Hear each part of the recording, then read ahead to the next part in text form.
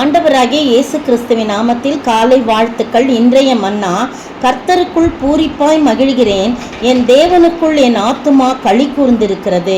ஏசாயா 61 வசனம் 10 முன்பகுதி. பாருங்க, ஏசாயா தீர்க்கன் சொல்றாரு, கர்த்தருக்குள் பூரிப்பாய் மகிழ்கிறேன், என் தேவனுக்குள் என் ஆத்துமா களி கூர்ந்திருக்குன்னு சொல்றாங்க.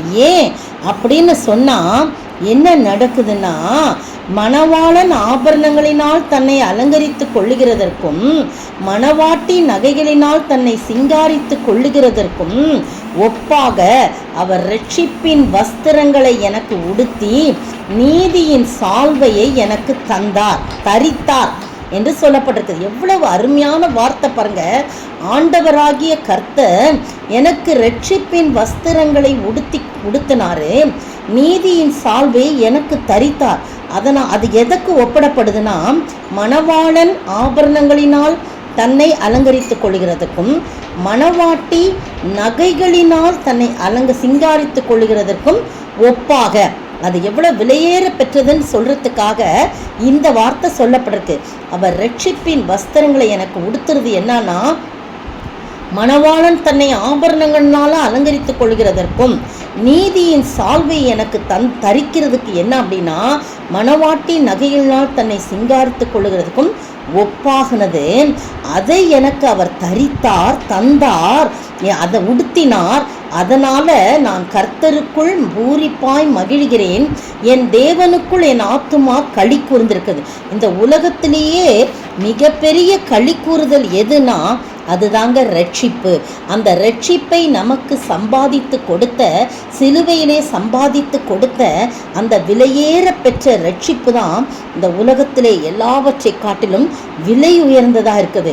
நம்மை ரட்சிக்கும்படியாய், ரட்சிப்பின் வஸ்திரத்தை நமக்கு கொடுத்தும்படியாய், நீதியின் சால்வையை நமக்கு தரிப்பிக்கும்படியாய், பரிசுத்த ஆடையை நாம் அணிந்து கொள்ளும்படியாய் அவர் வஸ்திரம் இல்லாதவராய் 6 மணி நேரம் சிலுவையில் தொங்கினார். பிரியமானவர்களே, எனவே இந்த ரட்சிப்பை அலட்சியம் படுத்தாதபடி, எப்படி ஏசாயா தீர்க்கன் சொன்னது போல, நாம் எப்பொழுதும் பூரிப்பாய் மகிழவும், தேவனுக்குள் நம்முடைய ஆத்துமா களி கூறவும், அந்த ரட்சிப்பின் சந்தோஷத்தை எந்நாளும் தக்க வைத்து கொள்ளவும் நாம் முயற்சி செய்ய வேண்டும்.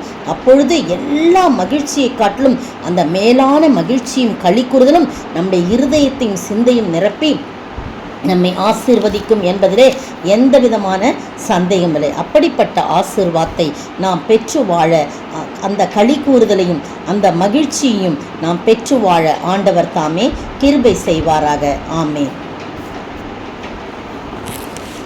கர்த்தர் சமூகம் ஆனந்தமே, பக்த சபையில் பேரின்பமே, ரட்சிப்பின் பாத்திரம் கையிலேந்தி ரட்சகரை தொழுகிறோம்.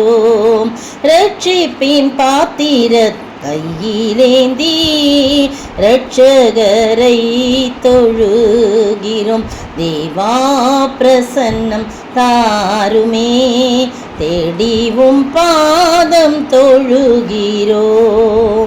சோத்திரிக்கிற ஆண்டவரே, துதிக்கிற ராஜா, வாழ்த்துக்கிற வணங்கிறப்பா, ரட்சிப்பின் பாத்திரத்தை நாங்கள் கையிலேந்தி இரட்சகராகிய இயேசுவை தொழுது கொள்ளும்படியாக அந்த ரட்சிப்பின் வஸ்திரத்தை எங்களுக்கு கொடுத்தீரே, நீதியின் சால்வை எங்களுக்கு தரிப்பித்தீரே, அதற்காய் ஸ்தோத்திர ஆண்டவரே. இதன் நிமித்தம் நாங்கள் எங்களுடைய ஆத்துமா களி கூறவும், நாங்கள் கர்த்தருக்குள் பூரிப்பாய் மகிழவும் நீங்கள் உதவி செய்ய வேண்டுமாய் செபிக்கிறோம். விலையேற பெற்ற இந்த ரட்சிப்பை ஆண்டவரே, மணவாளன் தன்னை ஆபரணங்களால் அலங்கரித்துக் கொள்ளுகிறதற்கும் மணவாட்டி நகைகளினால் தன்னை சிங்காரித்துக் கொள்வதற்கும் ஒப்பிட்டு சொன்னது போல, அதை காட்டிலும் விலையேற பெற்ற ரட்சிப்பை நாங்கள் கர்த்தாவே எங்கள் வாழ்க்கையிலே கர்த்தாவே கடைசி மறைக்கும் தக்க வைத்து கொண்டு எங்கள் ஆத்துமா களி கூற நீர் உதவி செய்ய வேண்டும் என்று கர்த்தரும் மீட்பரும் ராஜாவாகிய இயேசு கிறிஸ்துவின் விலையேற பெற்ற நாமத்தில் ஜெபிக்கிறேன் பிதாவே.